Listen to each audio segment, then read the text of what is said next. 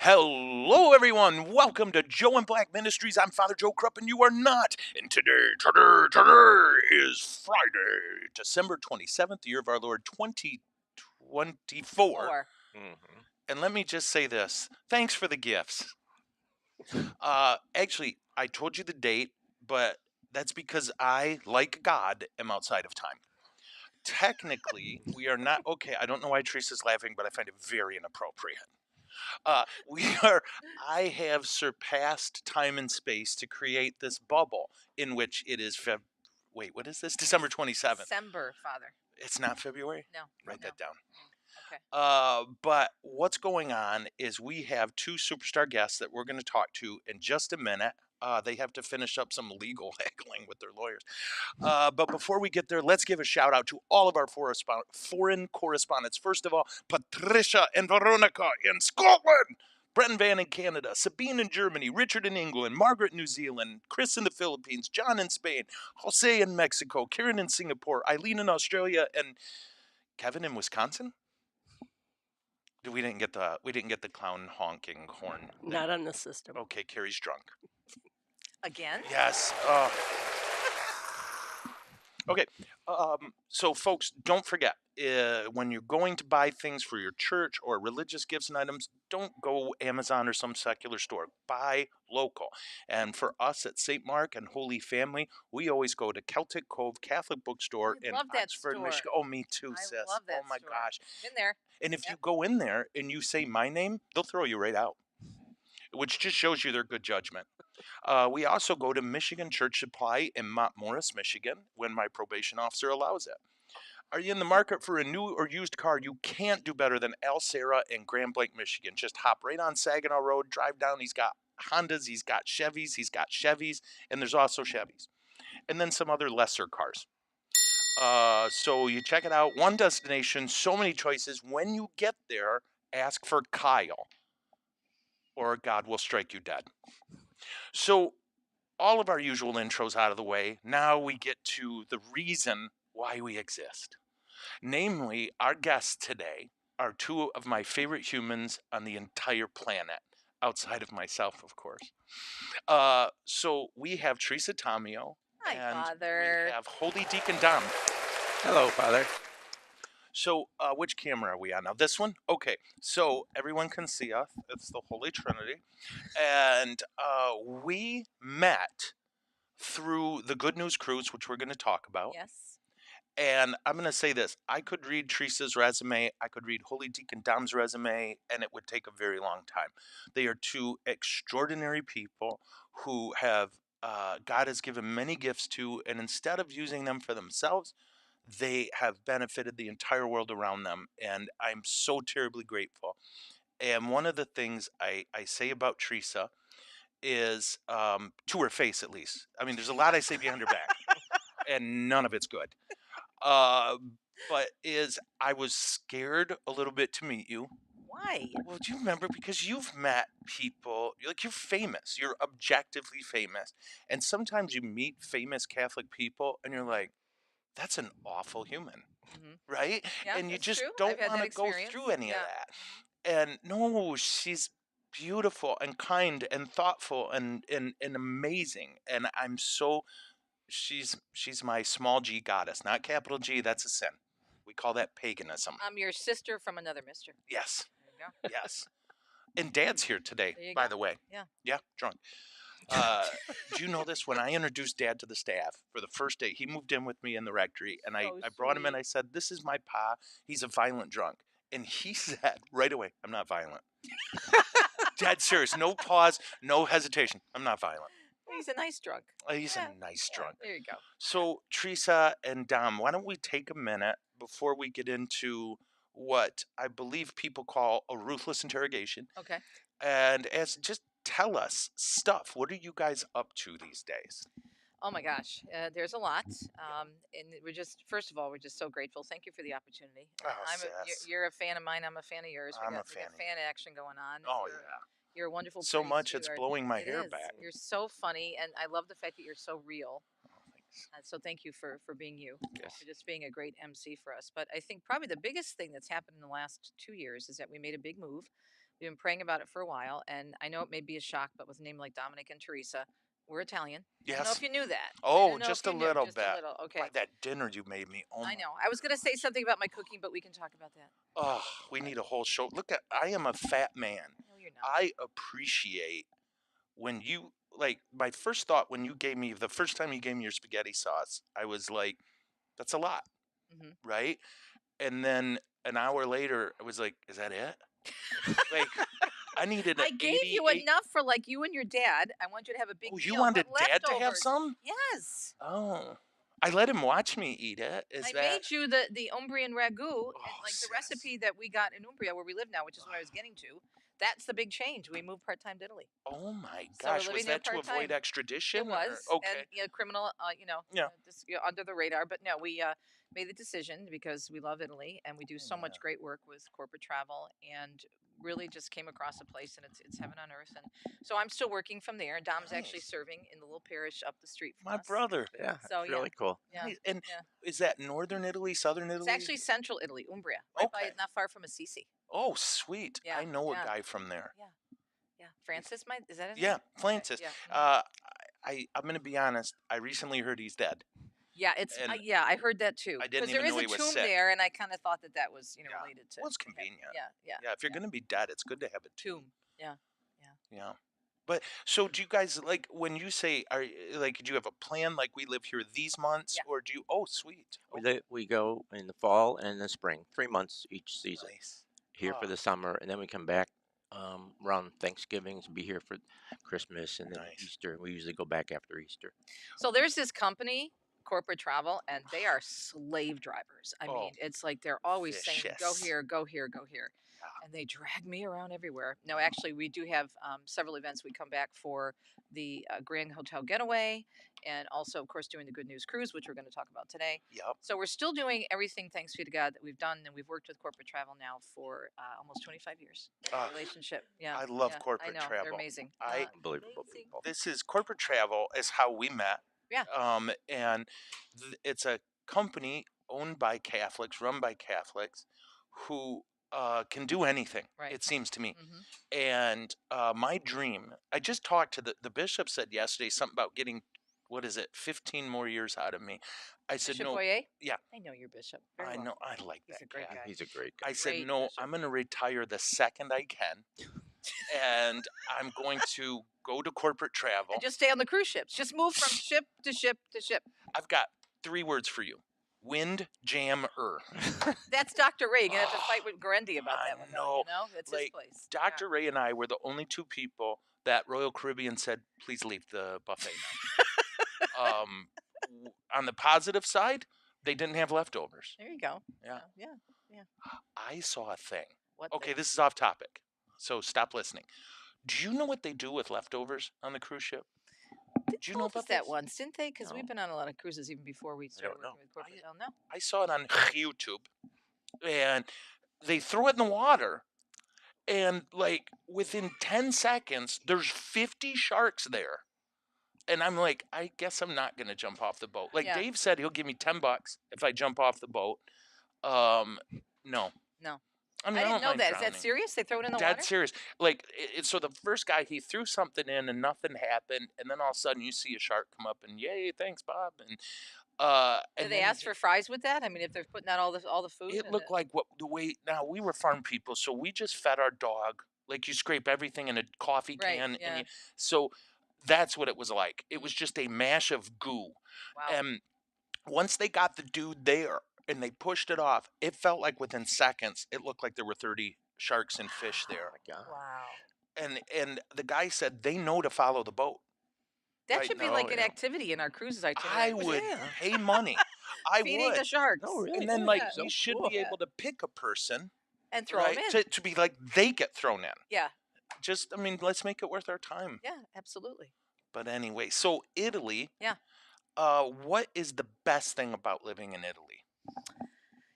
I would say just the peace and the simplicity. Bro. It's just a totally different lifestyle. The people are so nice. Not that the people aren't nice in the States, but it's just much slower. Yeah. They work to live. They don't live to work. That's my man. And that's why one of the reasons we love it. Yeah. Yeah, the piece, it's so different because you go there and I'm a big city girl. Dom came from northeastern Pennsylvania, but a decent sized community, and he moved here right after college and a great job and working, retired in 2020. I've been around big cities all my life and always like the activity, and I'm a type A personality. But the piece that we find that we never got a TV. We have full internet because I do the radio show every day from there, but we have no television. Oh, nice. And we don't miss it at all. Okay. Now, I mean, we have the internet, and at night we're reading or sitting out on the balcony and just watching the sunset. We're entertained by the beauty. Nice. It is just, it's crazy. Father, when I say gorgeous, and in Umbria, as you know, it's the land of the saints. It's not that you say just with the word Francis, but you have Francis and you have Claire. Yeah. But you have at least, and I say this in my new book, which hopefully we'll talk about later. Oh, we're talking about that. 30 plus saints in Umbria. And Umbria is I think, even more beautiful than Tuscany. Tuscany gets all the attention because of Madison Avenue. It's gorgeous. Yeah. But Umbria is still kind of undiscovered. Oh, and that's what makes it so nice. So yeah, it really is the peace, and I think it really helps us because we're both in ministry as a deacon couple, and it really just helps us reconnect with each other and with God. It's hard not to see God everywhere. I mean, you see God in everything, but in Italy, it's just God on steroids. I mean, that's what I say. Well, and it's crazy to think. Like, I've spent a ton of time in Italy, and I always thought, like, I had a buddy who worked in the Vatican there, and he told me his first day, he says, I made what they called the American mistake. He said, I couldn't figure out when I was supposed to show up for my first day. So he said, I show up at 8. Nobody's there. Nobody was there. He said about 10 a.m. They stroll in. Yep, 2 priests in full cassock smoking, right? Come up and they're like, what are you doing here? Well, I'm the new guy, I'm working. He says, so we get in and I go right to the desk. They're like, what are you doing? And they drank their cappuccinos, smoked their brains out, and they did this for about an hour. And then they go to lunch. Yeah. And then, Pranzo. Time to eat. And then there was a siesta. And he says, then when we came back, we smoked and we drank espresso. And then he said for about 20 minutes, we took a piece of paper and stamped it and handed it to the next guy who stamped it. And he says, and then we were done. And yet, get this, it's the 7th largest economy in the world. Right. Which I can't even wrap my brain around. They're getting something done. It's just a different approach to life. It can drive you crazy if you're trying to get anything done. Yeah. Like we have to go in, and every year we have to renew our part-time residency. And you try to go to the Questura office, and it's thank God we have a young woman in our town who's befriended us and helps us with things. Otherwise, we'd still be at the airport looking around trying to. Even though we're 100% Italian, we can only speak the language in very small dribbles. But yeah, that kind of thing will drive you nuts, and because you're trying to get something done with the car or something done.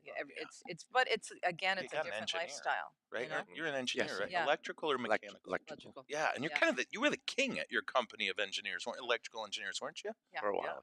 Yep. Yeah, that's fun. Do they let you do the wiring there, or did they? No, I let them do the wiring. Oh, okay. It's totally different over there. So I let. Oh, right. That's right. It's But what's funny is this, though, he is brilliant. My husband is a brilliant I know. man, and he was a vice president of a very large firm, and his degree is in electrical engineering. He's won international lighting awards, so that's his specialty. My man. So we go over there, and there's a few lights that weren't working, and he would say to me, "Can't fix it." I'm like, "Well, wait a minute. You designed lighting for baseball stadiums and hospitals, and you won awards from the Illuminating Engineering Society, and this is one little lamp in the hallway to our apartment, and you can't do it." No. That's but he did get awesome. someone to do it, though. Yeah. So.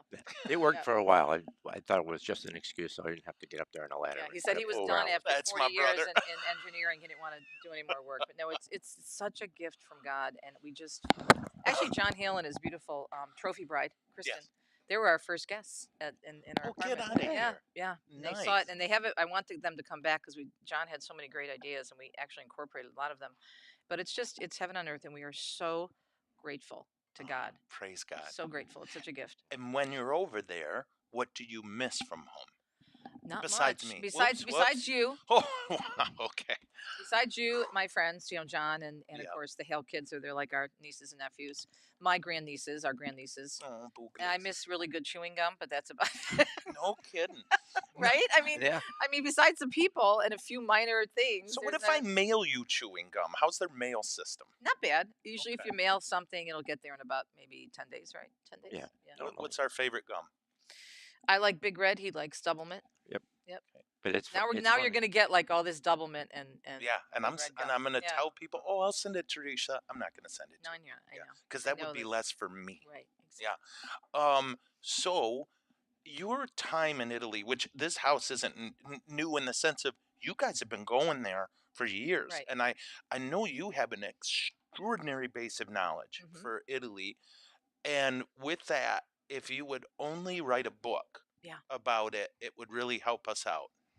You know, at the encouragement of my dear friend and President John Hale and my husband, of course, who John actually encouraged me to start my own travel consulting company, T's Italy, which I did over 6 years ago, and it's been very successful because John told me, he said, T, you know more than most people That's so in the cool. industry about Italy, because thanks to him, I've been going over there so much.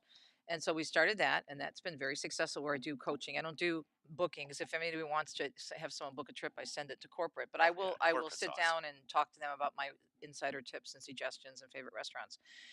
But I had so much knowledge that I just felt that what I really believe, and I know you believe this too, and this is why we do the Good News Cruise, that you learn about God through beauty. And Oh yeah. to me, in addition to the ocean, there's no other place more beautiful than Italy. So I decided to put it into words, and it is 416 pages, and it's this book, Nice. Okay. Italy's Shrines and Wonders. And the book is dedicated to corporate travel and John Hale. Oh, get out. Nope. You're And so cool. Father John Ricardo wrote the foreword, and John Hale wrote the preface. But John also, bless his heart, went and interviewed 3 amazing Catholics who had very profound conversion experiences in Italy. Cool. And so he has those 3 stories in there, and it's just a really, really powerful story. So it's really, Father, a lot about stealth evangelization, because everybody loves Italy, right? Oh, sure. And the book, we call it the Ultimate Catholic Guide, because it's got everything in there. It's got recipes, it's got feasts, it's got feast days, it's got maps, and everything you need to know about almost there's 20 regions in Italy. We've covered almost all of them, but there's all kinds of information, and plus stories of what it's like to live in Italy, what it's like the first time we traveled there, our own heritage, Italian heritage. It's a beautiful book. I'm really excited. It comes out in January. Okay, and the name of the book is Italy's Shrines and Wonders. So folks, I obviously, if Teresa wrote it, it's going to be awesome, and I can't recommend it enough. I will be sure and get a copy, and I'll read it get myself. you a free copy and maybe even sign it for you. What do you think? My God. Stop. Oh, it's too much. So, no, I will. I'm going to read it because I don't know if I'm a huge Roman historian guy. You like it. And I gave secular tours in Italy for a bit. Really? Really? Yeah. You never told me that. Oh, sorry. I gave secular tours. And I would do historical tours and things. And what I found out, and I say this somewhat to my embarrassment, I'm the worst tour guide in the world, because to me, like, you get somewhere and it's like, let's spend the whole day here. Exactly. And let's just dive deep into how insane it is. Like, you point out to people, if the Western Roman Empire hadn't collapsed, and people joke about this, we'd have flying cars by now, right? That the Romans were actually working on combustion engines. They had already figured that out. And then when the West fell, the whole system fell apart. But you think about just how a whole nation for a long time of engineers and deeply religious people, paganism, but still obsessed with faith and in religion. And you think of what a country like that, an empire like that, did.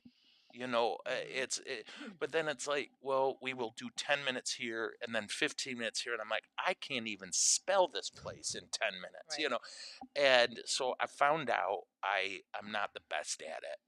But what you're promoting is what I actually promote in the book, and what we do on our corporate travel pilgrimages. We don't go place to place to place to place to place. We do hit more than one place in a day because you have a lot of material to cover, but we always make sure we have downtime for the pilgrims. And when I plan itineraries for people, especially if they're doing it on their own, when you don't have an organized tour to take you around, I say don't do any more than one tour a day. That's my girl. You're going to need to absorb what you've just seen because of the fascination. And I think for my husband, I've learned so much about the history of the country through him, because as an engineer, he will tell me, do you realize what it takes to build something like this? It's insane. Right? I mean, and they still use it today. Right. The aqueducts, the transport the water into the city, the fountains. The engineering is just amazing. What they've done years ago. I mean, thousands of years ago. It just blows my mind when I'm over there. Oh, have you ever looked into Roman concrete? Like, I'm sure you guys have been down by the toe and that road Oh, that Calabria? yeah, Yeah. where they built that 200 years before Christ. Mm-hmm. Bombs have been dropped directly on it. It's been under 4 feet of water. Tanks have driven on it. It hasn't cracked yet. Right. And there was just a thing. The BBC spent years trying to figure out how did they make this, and they finally have figured out the ingredients, but they still don't know how the Romans built this unbreakable concrete. Wow. That only gets harder with time. It's shocking, but they were just the greatest engineers, and a whole nation of geared toward building stuff. And then Yeah. you come across something, and we've been there. I've been to Italy over 60 times now, and you come across something that you didn't know about, like being in Umbria. There's so much that we haven't seen, and I did for the book. I have a whole series of videos, and there's a online learning series that goes with it. But we went to these falls that were like 45 minutes from where we live. It's called the Marmari Falls, and they were built by the Romans. You know how they built it? They moved a river. Yeah. They just moved a river, and we're going to put it over the cliff because the water from the river was settling and causing malaria and a lot of bugs and everything. And we're just going to move the water flow, and they did. And they just didn't move the river. They created beautiful falls. Yeah. When on purpose to move the river. Isn't it crazy? And even like if you look at a map of Rome from 108 or BC till now, it doesn't look the same because they moved that river about 8 times, right? Yeah. Let's have it curve here.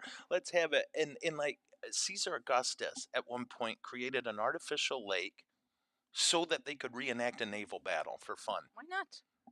And it's amazing what you can do when you have 1 million slaves. Right. Turns out that's immoral, but yeah. Anyway, Incredible. so let's get this out. Italy's Shrines and Wonders by Teresa Tomeo, superstar action figure. Microphone sold separately. Yes. And also, again, if you're thinking about traveling, you really do want to look into corporate travel. Yes, We've yes. had nothing but great experiences with them. We have 2 trips coming up next year, by the way. Dominic and I, what 2 are your corporate trips? travel. The first one is with the ladies, and that's in October. It's called Wine and Shrine. Oh, yeah. Wine is actually an acronym, though, for Women in the New Evangelization. But Wine and Shrine. Groovy. And that's in early October. Groovy. And so we are going to go experience the Jubilee year, go through the Holy Doors, and then we're going to get the heck out of Dodge, a.k.a. Rome. And then we're going to head up to Umbria, and then we're going to go to Florence, and then we're going to go over to Venice, and so it's and then we're going to go to Lake Garda. So that's a very fun trip. And then we have another couples trip that we're doing, La Dolce Fide, celebrating marriage to the Saints of Umbria. That's also in October. So everything is on the corporate travel website, ctscentral.net, or call now 313-565-8888, and you can ask for Jenna. Thank you so much. My lady, that would have killed a mortal, what she just did. But we are doing a corporate event together. Yes. The Good News Cruise. Woohoo! Which is right around the corner. Can't stand it. So excited. Just yesterday, remind me to tell you a cool confession story, but after confessions, this dude approaches me and says, "Hey, I'll see you in a couple weeks in wherever the heck we're going to be." And I was like, you know me. Yeah. I have no idea what he's talking about because it's not today, right? I'm like, what? And he said, "Oh, Good News Cruise." I was like, "Dude, that's January." And he was like, yeah. Like 2 weeks away. Yeah. What? Yeah. But so Good News Cruise, folks. This one is all booked up, but I think they're Sold still out. taken for 26. 26. We still have. My understanding is between 200 and 300 people can still join up. And the cool thing about the Good News Cruise is, in addition to having a marriage track, they're having other tracks, because we did get a lot of people in say 26. In 26, not in 25. 25 is all sold out, but in 26 we're really opening it up. Yeah. And it is going to be the speakers. It's gonna be lit. The lineup is crazy. It's and then wait, there's more. Oh so my God. You have, in addition to Sarah Kroger, who's phenomenal. Oh, sweet. Matt goddess. Maher, amazing. All these different performers. You have, and I kid you not, Andre Bocelli, who's flying into the Caribbean and is going to be doing 2 concerts on the ship. So because the ship is a little bit smaller and you cannot fit all of the passengers in one venue, so what they're going to do is he's going to come on the ship twice. That's so crazy. And so everyone will hear Andre Bocelli. My And I have to say, through John, Dominic and I have met him and his family, and he is so nice and so down to earth. cool. I mean, you talk about a Very, superstar. very nice. Oh yeah. But he's also very faithful. He's very Catholic. Yep. So, but the whole experience, though, and this is what you try to explain to people. And Jenna, who's here in the room with us, Jenna Waldman, who's amazing from Corporate Travel. You can't. It's hard to explain the experience that we have with corporate through our cruises, through our pilgrimages, unless you go. Because people always say, "Oh, I don't want to go on a tour. I don't want to go," and they have no idea None. the details and what goes to planning for. Even if you're going on a cruise on your own, I mean, unless you just want to go and sit in the sun all day, that's fine. But usually, if you're on a big ship, you want to plan activities. You want to maybe hear a lecture on something. Maybe you want to have a wine tasting. So there's always going to be a certain amount of planning. And if you've never done a cruise, and if you've never done a tour, especially to a foreign country, the first time you do it, I even say even the second or third time, to go with a company like Corporate that is everywhere. Of course, they have their specialties. I think they do Italy phenomenally. But they do everything. But they can plan the trip for you, or I would really recommend a tour because then you have that experience, just like you do on the cruise, with like-minded people. You laugh, you cry. There's events. You make lifelong friends. Yeah. We had on our last trip that Jenna did with us, our La Dolce Fede in October. We had, I think, Jenna, was it 4 or 5 couples that were repeat and had been with us before. Nice. One couple had been with us. This is their 3rd one with us. Oh, cool. And they're coming again next year. Oh. So that gives you a sense of what happens on these trips, right, hon? I mean, you form these friendships. What I like what they do about with the Good News cruise, or any, if you go on a cruise by yourself, there's so much stuff that you can choose from. You can be overwhelming. Yeah. But Corporate has taken care of all the details, a wonderful itinerary and agenda for each day, and all you have to really do is show up and read your little book on what's going on, and the experience is so fulfilling. Like Teresa said, to be with a whole bunch of like-minded people. Yeah. This cruise coming up in January, we don't have our own ship, but next year, 26, we'll have our whole ship all to ourselves. Crazy? It's unbelievable. But I'm still, excited. we're going to have, what, 800 this year? No, 1,000. 1,000 this year? 1,000 this year, yeah. And I'm 4 of those. Of that 1,000, I want to be clear, I'm 4 of them. Yeah, because again, the buffet. Well, you and Greg account for 6 people actually with the Windjammer Cafe. And I know Ray. Did you know Ray got sick? Yeah, I know. I talked to him the other day. So my hope is he put some fat on his body, because I can sit next to him and go toe to toe eating. But then it doesn't go anywhere with him. No. Yeah. Mm-hmm. That's just not fair. He's pure evil. Yeah. But he is pure. Yeah. So for those of you who aren't sure, for 2026, I think to me personally, one of the best appeals on a practical level of the Good News Cruise is how much it's geared toward. It's not event. Right. Oh yeah. Like you have time, and I see it all the time. Couples walking around just getting time together. Yep. That you can go to these talks and in the morning, and then in the afternoon it's, well, if you want, go to this one or go to that one, or don't do nothing, or You're go on the island. Go on the islands. I know that's my wife's favorite part. Is it really? The 3rd wife. Yeah. 4th one, she doesn't. Yeah. She's not a cruise person. But all kidding aside, I can't say enough about it, and we all recommend it. That if you're thinking about, oh gosh, I've always wanted to go on one of these Good News cruises, well then go. There's still some spots available for 2026, and for 2025, we'll just have a great time again. 25 is booked, but we're going to be doing. Ray Grundy will be doing his show live. I'm going to be recording some shows, and we're going to be back on your podcast on the ship. So you can. I know that's okay. I'm all right. I'll handle it. Yeah.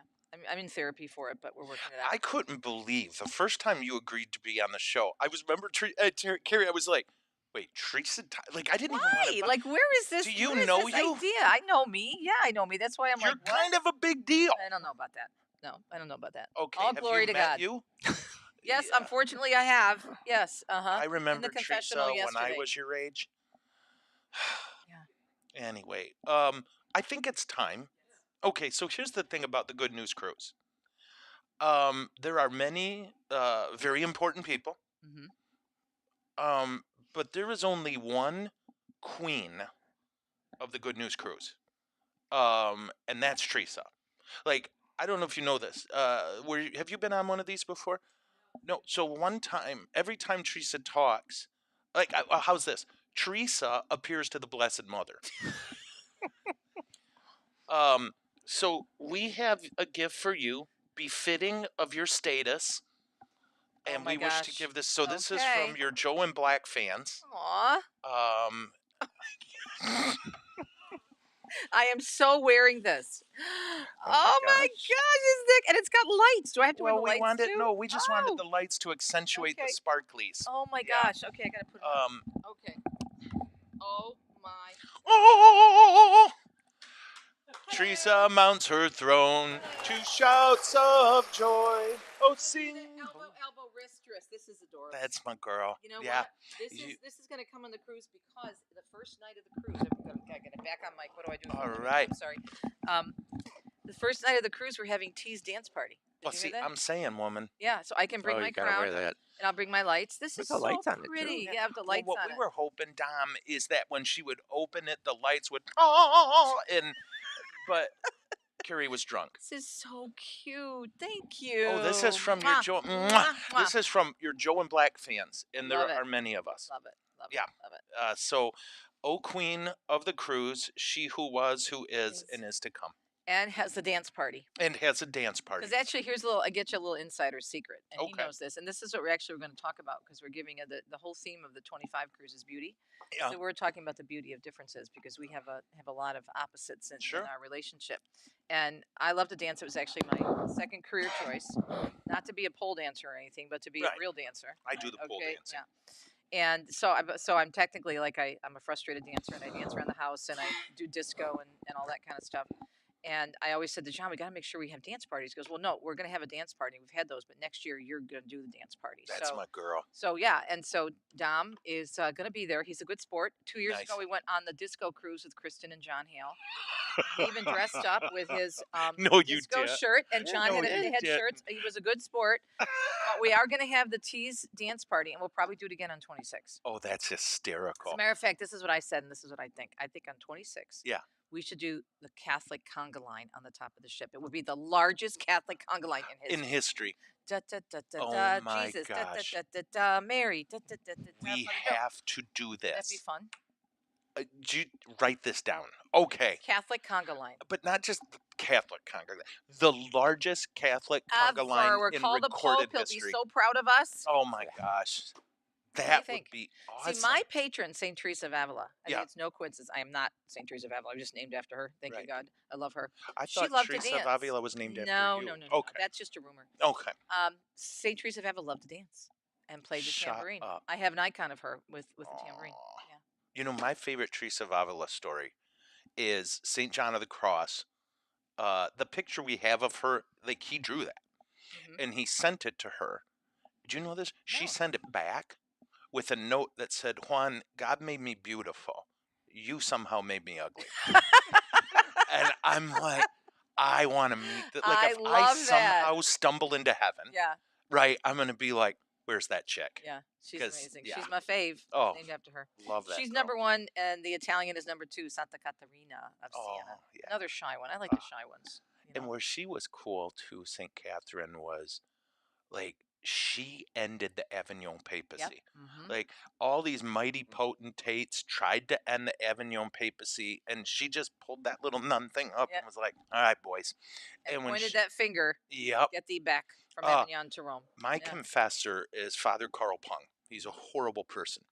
But his doctoral thesis was on St. Catherine as a mother of priests. Aww. And how her guidance and wisdom and how much she cared for priests, frankly, by telling them the truth. Yeah. By going mama mode. Mm-hmm. And she's always had a special place in my heart for that. She's beautiful. Yeah. Thank you for the crown. I'm so excited. This is so sweet. Well, thank you for earning it. You merit the crown. So now I have to practice elbow, You got to get after it. And Dom and I will make sure and throw rose petals before every step. Oh, yeah, we're not barbarians here. Yeah. And Dom, it'll be our job to throw the rose petals so that her He does that anyway. We just call that Tuesday, you know. Oh my god. You know what he does say to me in the morning? No, he's so cute. He makes my coffee. And I do my show at home, and so during the middle of my show he comes in and gives me a fresh cup of coffee. That's my brother. But in the morning he says to me, he hands me my coffee and says, Buongiorno, Principessa. So yeah. 41 years we just celebrated. Holy craps! You And I guys was married when only you were 10. I was only Yeah. 2 actually. Yeah, I said I When those figured. set up Yeah, Italian marriages. Deacon, that's illegal now. just so you know, it's a Really? heads up. When did that happen? I don't know. All these crazy rules.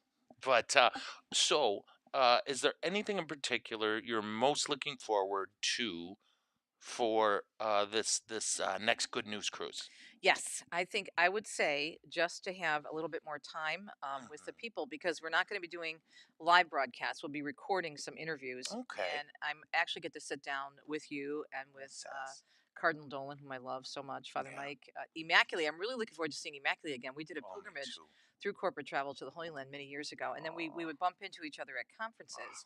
But I haven't had a chance to really spend time with her, so I'm really looking forward to that. And I just love being with the people. Yeah. It's so much fun. What do you think? There's so many repeat people every year that it's just nice to catch up with them and see them again and talk about what's going on. But just to be in that environment with so many like-minded folks, because I mean, we don't get that in this at home in the secular world. I'm sure we have friends, but sure. just to be immersed in that kind of environment is so uplifting, and to see, and well, not see, but to know, and when we hear later that marriages have been so much improved, saved, enhanced. That's what really it is. And it's so cool about this one of the cruise. things I love is, and you and I have talked about this, but so much of Catholic media is geared toward attacking the darkness, and there is value in that. Sure. But there's such a beauty in pointing to the light and joy, right? And celebrating. Yeah. And I think of one of my buddies was saying, a priest was talking to me, and he was like, I need you to come, let's swap pulpits. This was years ago. And he said, somebody's got to tell my people about all that God's love crap, right? And that was his semi joke. And he was like, he says, I'm good at calling out sin. You're good at what just struck me. And I was talking to Father Jeff, my best friend in the world, and he says, so many of us are we're given it like this.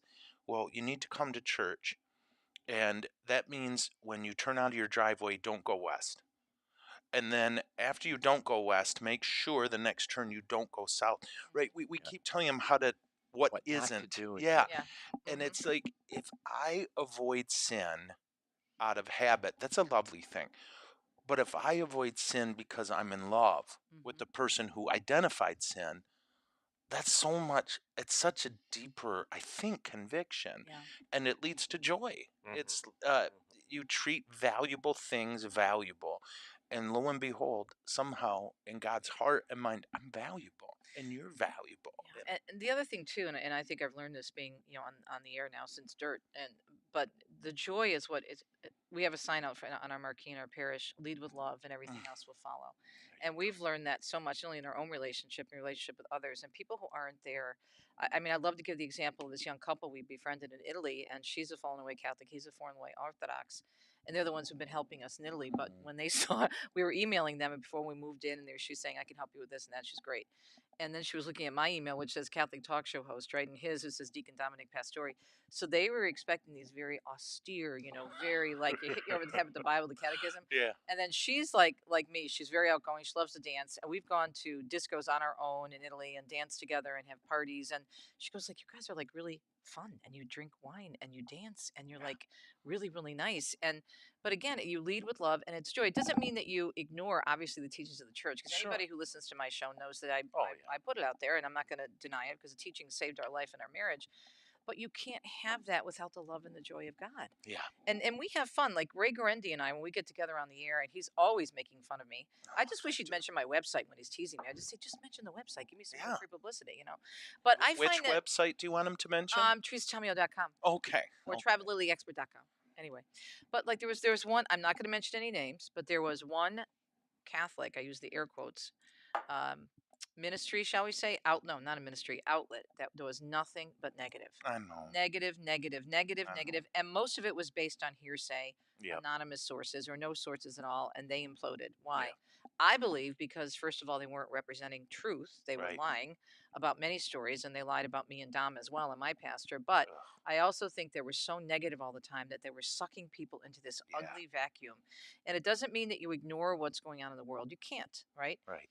But you can't just make people think that the sky is continually falling and that there's no Right. joy. And if one of the things that's so important about, and you know this, having been a tour guide in Italy, is that when you go to Italy, it's like we think it's our first radio, right? That we're the Yeah. ones who did everything, and we're the ones with the only problems. You go back and you mention St. Catherine of Siena. Look at what she was facing. Oh, I know. In addition to the Pope too scared to come back to Rome, Yeah. she had all these bishops and cardinals that practically ran a whole inquisition on her, Yeah. and all these this infighting in Italy that she was dealing with and writing letters to this person, letters to that person. St. Teresa of Avila, what she went through. When you walk in the footprints of the saints, you realize that they all were facing the same thing, Yep. only differently because it wasn't expressed the same because they didn't have the media that we do. Right. But they were St. Teresa of Avila used to say, "Lord, preserve us from sour-faced saints." Yes. I love that quote. Me too. Because she was like, no, you have to be joyful. And the folks who listen to this are probably sick of hearing it, but I try to explain to people historically, we live in the least violent time in human history. And yeah, it's they not can even believe close. it. Yeah, it's hard to right? believe, right? And the most peaceful and prosperous time in human history. And I remember in when did I get ordained? So 98. Right after I got ordained, I went down to Guadalupe because I told her early, you get me through this. You get me somehow ordained, and I'll go down there and pray at your shrine. And so I did. And I literally sat with people, and I'm not kidding, dirt floor. Like 3 of the nights I was there, I slept on a dirt floor in a hut with those roofs where it's just two what do you call them, put together, and uh, and you see that level of poverty, and then you see what we call poverty in the U.S., and it's an astounding difference. Right. That's middle class everywhere else, and and not to come Holy Spirit.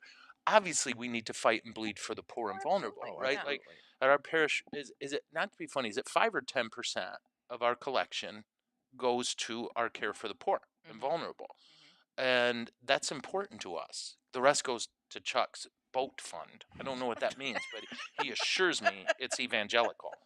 But all kidding aside, like we just need to put our lives in context. Right. And realize that we live in the easiest, most blessed time in human history. And because of that, we should be all the more pushing, because when evil is right there, the barbarians at the gate, literally, clinging to Jesus is not hard. Right. But lying on our couches, as it says in Isaiah, that's where it's hard to recognize the need. Yeah, blah. Yeah. But I love the joy of the cruise. I do. I love the focus laughter, of the. just the laughter. Oh my my gosh! gosh! And I have to say, and you know this. You're a gifted comedian. You have that background, and you're professional, and you have that wit. You are so funny. I mean, half the fun of being on the cruise is just you as an MC. Because let me tell you, I don't like to MC. That's like I turn it down. People ask Yeah. me to MC all the time because it's so tedious, and you have to Yeah. get everything in there and make all these announcements. Oh yeah. But people pay attention to you because you have that gift of humor, and you make them laugh about the 10th announcement about the bathroom or about Oh, this yeah. event or that event. So I mean, you're really really funny and just really wonderful priest. Do you know what I was doing to the bishop from Kansas City? Oh, I Nauman, kept he's pronouncing so it sweet. Nauman. Do you know what Archbishop I was Nauman. doing to that dude? Do you know this? Before every mass. Now you know him. He's a rule guy, Yeah, yeah. and I'm a rule guy. I love structure and all this. So before every mass, I would say to him, "Look it, you do the red and you say the black." I said, "No screwing around up there." Right? Because this is what you used to tell. You used to, and he Laughing at the every deacon, time I yeah. made him laugh. He never got sick of that joke, and I did it to the bishop from Colorado. Oh, Aquila. Every Aquila, time yeah. I was like, "Listen," I'd get all serious. You do the red and you say the black. No screwing around up there, But bishop. you know what's nice though? These are incredible men of God, incredible leaders of the church, holy bishops and archbishops. But they're fun too. Oh they're my really gosh. They're so real. Oh, I Yeah, know. yeah, I know. yeah. I remember it was so funny. You're a pro. I'm a pro.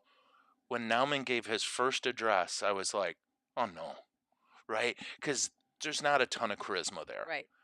I mean, his content was solid, but it's our first gathering, Right. and it's a very serious topic. Yeah, but then he was right? then he put some jokes in. And then he starts, Yep. right, 20 minutes in, all of a sudden, you could see him get more Yes, comfortable. yes. He was like, I'm speaking to friends. Yeah. You could see the check, the shifting of the gear. And then it was like, you can talk for an hour now. Yeah. Yeah. Because you could feel his love, his sincerity. You can overcome not being a good public speaker very easily by loving what you're talking Sincerity. about. Yes. Yeah. And I loved that Because dude. people can smell insincerity a mile away. Yeah. Easily. Yeah. Yeah. Yep. But so we've covered your book, right? Which again, Shrines and Wonders, published by EWTN, coming out in January. John Hale wrote the preface from Corporate Travel. Father John Ricardo wrote the foreword. Deacon Dom and I are both in there. It's a great book, and we also have an online series coming up. Check it all out. TeresaTomeo.com or TravelItalyExpert.com. I made John Ricardo laugh so hard he hurt himself. Just 2 weeks ago. Where were we? I don't remember. But like at some point, he said he says, the things that come out of your mouth. And all I could think of was in high school, my mom made the worst decision possible. She went to parent-teachers conferences. And I was at home, like hiding all the ammo, right? Because we were rednecks. We got ammo, and there was a pretty good likelihood that I was going to be eliminated, right? So she comes in, and she's not mad. She's deeply sad. Aww. And I was like, oh, no. And she says, sit down. And she said, Joseph. And she starts to cry. The crap that comes out of your mouth. And I said, and I quote, if you knew what didn't, if you knew the things I don't say, you would give me medals in a parade. and it was, I made it. I survived that just by telling her, if you knew what I didn't say. Right. Because on the report card, there was number, the lower the number, the better the comment. Like number 1, this child, is a god. And I always got the worst one. Number 48, consistently disrupts classroom procedures. We are bonded in more ways than one. Sis. When I was in grade school, I had all straight A's, but all unsatisfactories in conduct. Nice. And one of my teachers said to me, how is this possible? How can you have such good grades? And so I'm just practicing for my future career as a podcaster, which I knew when I was 8 years old I wanted to go into media. Isn't that cool? Yeah, I knew. I did. All unsatisfactories in conduct. Now, this man, on the other hand, straight A's all the way through. It's so funny when we first met because he graduated, summa cum laude from Penn State? Nice. I graduated. My father says I graduated. Thank the Lord. Yeah, no, what was it? Summa cum lucky. Summa cum lucky. I graduated summa cum lucky. I always say I graduated. Thank the Lord. Yeah, thank the Lord. That's a good one. But when we met and I took him up to Central Michigan, CMU later, Mount Pleasant. Go Chips. Go Chips. And he went to Penn State, okay? Nice. And so he comes up and we were walking around and he's like, oh, so like on Sunday nights you study and you went to the library. I'm like, what? That was 10-cent beer night at the Alibi on Sunday nights. What are you talking about? There's a library? Yeah. Library? I never knew that. It's really nice. It's got a pond in front of it. Well, hey, put your feet in it. So we're a lot alike. Yeah. I think Penn State, I get them all mixed up. But when I was with MSU, the visitors' locker rooms, I think Penn State's was the one they painted pink. The visitors' locker room. Do you know, Chuck? Is that right? Iowa. You're right. It was really funny. You go in and it was like, there was something about it that was hilarious. They painted the visitors' locker room pink. Go in there with all their football stuff. There you go. But that wasn't Penn State. No. Penn State was in the middle of nowhere. Like there's 5 miles from nowhere. College. And then all of a sudden, bam, this beautiful, huge campus. And their fans, I got to tell you, so I've been, every Big Ten stadium a million times. Penn State fans are some of the best because they're insanely passionate, but they're not vicious. Yeah. Right. Yeah. I don't know how that happened, but and probably Iowa the cold fans, numbs them because it's so cold there in State Oh College. man. Yeah. Well, Pennsylvania. But anyway, sorry, I'm babbling now. So they need to check out TeresaTomeo.com. you really, folks, I can't encourage you enough. Check out this book. Even if you think, well, Italy doesn't interest me, um, the spiritual heritage Yes, there, it's a as lot. well as the cultural Yeah, there's a heritage. lot in there about the saints and the Yeah. culture. In each chapter, you'll love this because you know I like to cook. Each chapter, I have one of my recipes. What? Yep. Hmm. Okay, can I have the book now? I can send you the manuscript. Okay, why do you hate God and America? Um, Yeah. did you- And we have even Joan Lewis from EWTN, her limoncello recipe. She has a limoncello recipe that she does every year in Rome for the holidays, and beautiful picture of her. So we have that. We have maps. oh, We have testimonies. We have what we went through in buying our house and what it's like living in Italy. And I didn't want it to be just one of those guidebooks, Father, that you yeah, pull yeah, off. yeah, It's like Frommer's. Okay, yeah, this is a great place to go. This is a great place to go.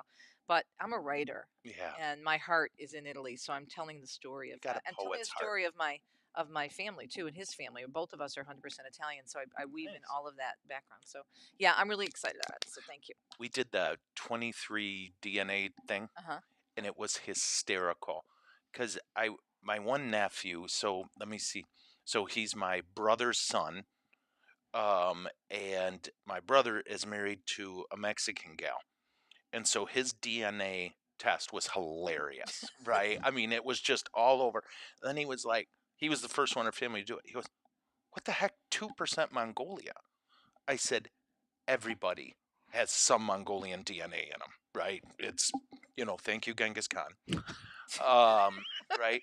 1/4. Do you know this? 1/4 of the world's population has direct genetic connection to Genghis Khan. Wow, I didn't know that. Yeah, No. astounding stuff. But so then I take it, and uh, all my DNA is in a quarter size: Germany, Switzerland, Austria, and then 2% Mongolian. There you go. I'm like, you wacky, wacky Mongols. Isn't that funny? It Did you is. guys do it? Did you No, have we No, didn't any? only because. Well, go ahead, honey. We've never done it. I mean, we know our family history back several generations, Sure. and it's like we're Italian. I mean, yeah, Yeah. sure, we probably have all this other stuff and probably Well, Mongolian. because who that's knows? Italy. Right. Well, Yeah. especially Yeah. because But my father's family was from Calabria, which is close to Sicily. It's not Sicilian, but it's across in the Sure. Straits of Messina, and so especially the island of Sicily, people would go there, and for a while it was a penal colony. So Oh, they yeah. did send people from Turkey and Greece. So I'm sure, but we traced my family history and Dom's all the way back. Well, in my case, I traced it back 5 generations. I know it, and he still has relatives actually in Italy, and we met them on That's our so last trip. cool. Yeah. yeah, That's so, met them yeah, in the I always fall. joke if it's Italian DNA, that means it's DNA from all over Europe, Yeah. Hmm. right? It's Because probably the very much Romans like just yep, pulled just pulled everybody everybody in. in. Yep. Hmm. A lot of North African Yep. DNA there, a lot of Spain DNA. If you do, I think you'll be pleasantly surprised at the map of the Roman Empire that is your blood. Yeah. Yeah. Yeah. It, Oh, I'm it's sure. There's no doubt. fascinating. We just never got around to it. We Yeah. just love our Italian heritage so Oh, much that yeah. it's like almost kind of what's the point? I mean, it Right. would be interesting, but Right. Not we're that Italian through interesting. and Yeah. through, and Yeah. how it comes out. And did you see, Holy Deacon, the movie about oh gosh darn, the Italian nun who came here Oh, and Oh, Cabrini. Cabrini. Cabrini, Jesus, take the Unbelievable. wheel. I Did love you it. see I it? love it. I actually gosh. I went down to the premiere in Philadelphia, and I talked to the executive producer, who's a friend of John Hale's, by the way, Eustace, and I interviewed him, and I interviewed the actress, and was there for the opening, and I love that story. And she was amazing. She's from Northern Italy. Yeah. Northern Italy, Yeah. and so in a remote town there. But what she did and what she went through, and her whole story is. Ignatius has a book entitled "A World Too Small," based on. Remember, she's sitting there talking Yeah, with the the Pope. world's The too world's too small. small for me. I love that. Love Oh, that. that Leave shit. it to an Italian. Oh, yeah. And then you got, of course, Mother Angelica, Rita Rizzo from Uh, Ohio. Yeah. and what's crazy, so my thesis was, stick with me, anti-Catholicism in American politics in the second half of the 19th century. Wow. Right? And so much of it was based on this simple, predictable pattern, right? Germans flooded the country at a rate surpassing anybody, right? Second most was the Italians. And then, but what was fascinating was the German tendency when they ran into the just violent, overt anti Catholicism was just fine, we'll move west. There's more land over there. We don't care, right? The Irish tendencies stay and fight, right? And all the other groups, what they all agreed on was the Italians were too much. And there was no reason for it. Like there was when you read all the writings of the time, German Catholics and Irish Catholics crapping on Italians, there was really no reason. Like, and it was so gut-wrenching to read what everybody went through. But what the Germans had was a weird kind of ally on the Irish. What the Irish had was a weird kind of ally on the Germans. The Italians had no allies. And it's to see that movie and to see they really captured, they couldn't move west. Right. And they couldn't do what the Irish did, stay and fight, because the Irish Catholics were spitting on them. And their whole thing seemed to be basically, we just got power. Right. Why would we share it with you? And we have better food. Yeah. Oh, God. Well, I always say that's why the Irish are so upset. You know, you look at what they eat, and it's like, oh, let's boil some water. Yeah. We'll put a stick in it and call it stew. You know, it's like, well, no wonder you're always, angry. That's not food. But it is amazing that she brought credibility to the Italian Catholics in a way no one else could, and including the way the Irish bishops eventually went, oh, she's for real. Yeah.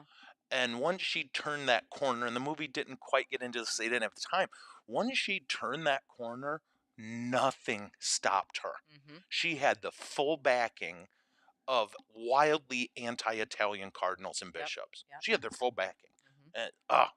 But the story of the discrimination of the Italians, I remember my mom experiencing that. My mom passed away 5 years ago, actually, in March 2025. And my father, and also my grandparents especially, because when my father's parents came over, they came over much older and they could barely speak English. Whereas my mother's parents came over as little children when my mother's father was 16 and my mother's mother was 3 or 4.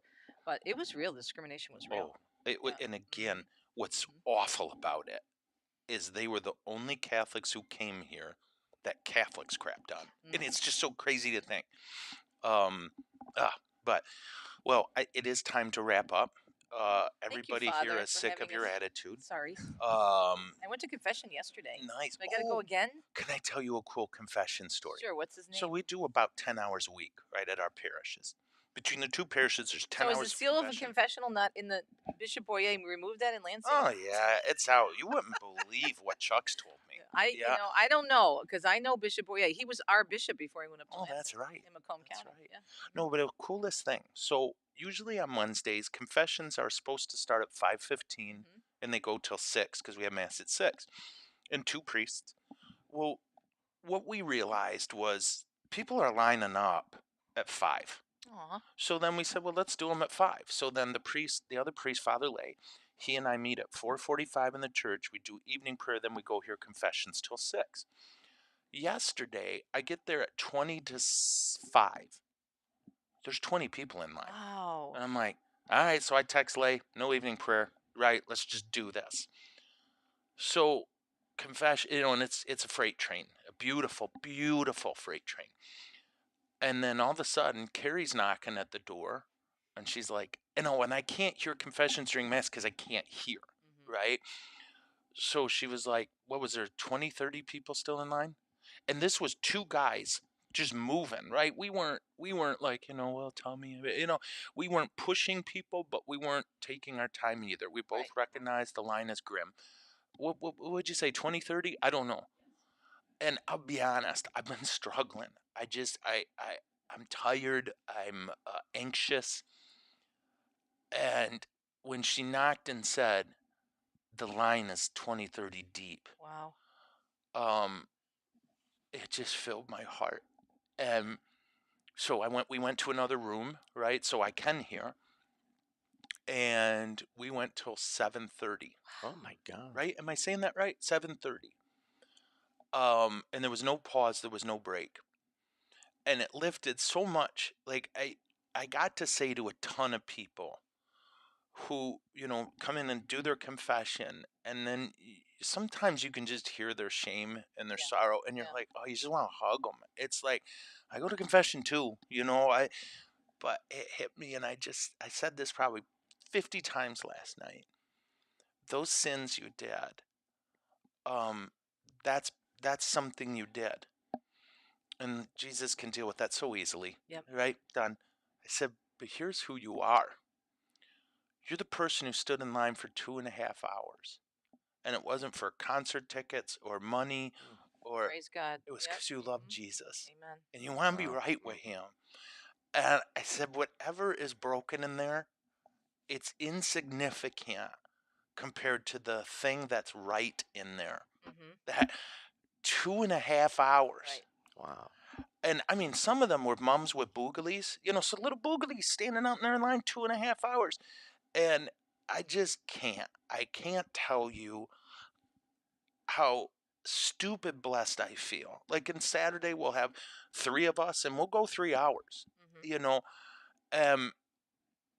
that's, I just wanted to tell you that. That so to me, cool. and I feel that way with people. I know he does as a deacon in terms of when he gives a homily, and he's so humble, and he doesn't think he's a good homilist, and he's an amazing Really? homilist. You're He brilliant, he dude. is very brilliant.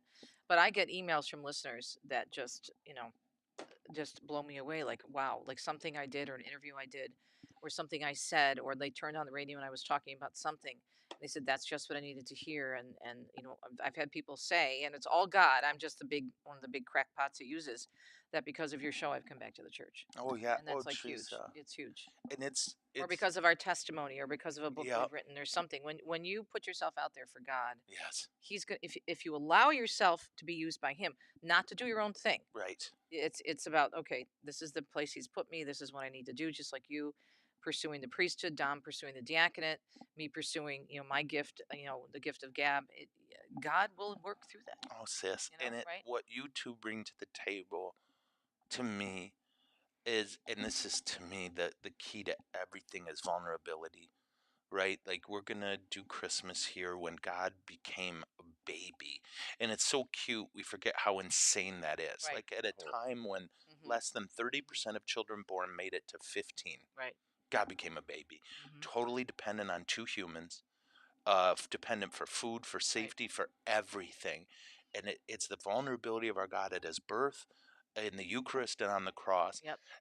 And people don't need to hear how we have it together. Right. They need to hear, I'm a train wreck who just loves Jesus as best Exactly. I can. Yeah. And that's, to me, the magic you And guys bring. don't you think that people, like, they think people in ministry have it all together? And I just laugh because it's like, they have this image. But if we're sincere about it, and there are people, and Catholics like this too, who make it sound like they never had a struggle. No. You can't relate to a person. First, it's all not real, but you can't relate to a person like that. No. It's everybody has something. A wonderful deacon once told us, right? Deacon Bob Ovies. Yeah. It's funny. I called it the. There was a young. I'm going to hell for this, but there was a young priest who came to me and he was like, I don't know what to do. We have this young married couple and it looks like their marriage is in trouble. I didn't see this, and he said, as a priest, is there any way you can tell if a marriage is in trouble among your congregation? And I said, well, when he starts posting pictures of his kids and she starts posting selfies at the gym, their marriage is in trouble. But that was all I could offer him,